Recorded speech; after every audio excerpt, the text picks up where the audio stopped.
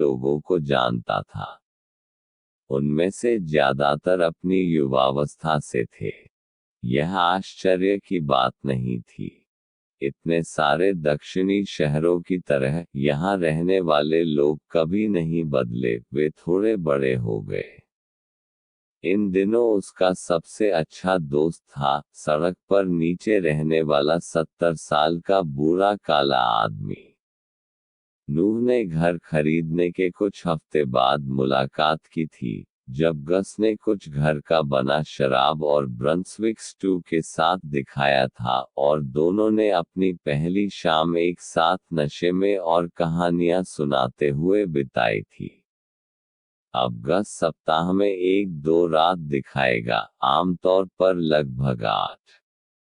घर में 4 बच्चे और 11 पोते पोतियों के साथ उसे घर से बाहर निकलने की जरूरत थी और नूह उसे याद नहीं कर सकता था। आमतौर पर गस अपनी हार्मोनिका लाते थे और थोड़ी देर बात करने के बाद वे एक साथ कुछ गाने बजाते थे। कभी कभी वे घंटों तक खेलते थे। वह परिवार के रूप में गस के संबंध में आया था। वास्तव में कोई और नहीं था, कम से कम नहीं क्योंकि उसके पिता की मृत्यु पिछले साल हुई थी।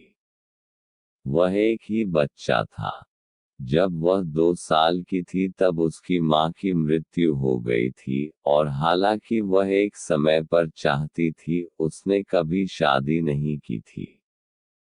लेकिन वह एक बार प्यार में पड़ गया था, जिसे वह जानता था।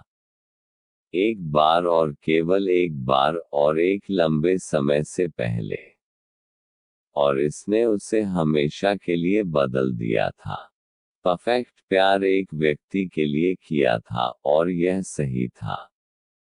चांद के प्रतिबिंब के साथ चांदी को मोड़ते हुए तटीय बादल धीरे धीरे शाम के आसमान में लुढ़कने लगे।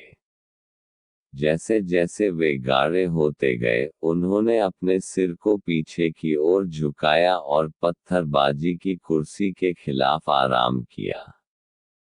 एक स्थिर लय रखते हुए उनके पैर अपने आप चले गए, और जैसा कि उन्होंने ज्यादातर शामें की, उन्होंने अपने मन को इस तरह 14 साल पहले एक गर्म शाम को वापस बहते महसूस किया। यह 1932 के स्नातक स्तर की पढ़ाई के बाद नेउस नदी महोत्सव की शुरुआत की रात थी। शहर पूल में बाहर था, बारबेक्यू और मौका के खेल का आनंद ले रहा था। उस रात नम था, किसी कारण से वह स्पष्ट रूप से याद किया। वह अकेले पहुंचे, और जैसे ही वह भीड़ में टहलता था दोस्तों की तलाश में, उसने फिन और सारा को देखा। 2 लोग उसके साथ बड़े हुए थे, एक लड़की से बात कर रहे थे जिसे उसने पहले कभी नहीं देखा था।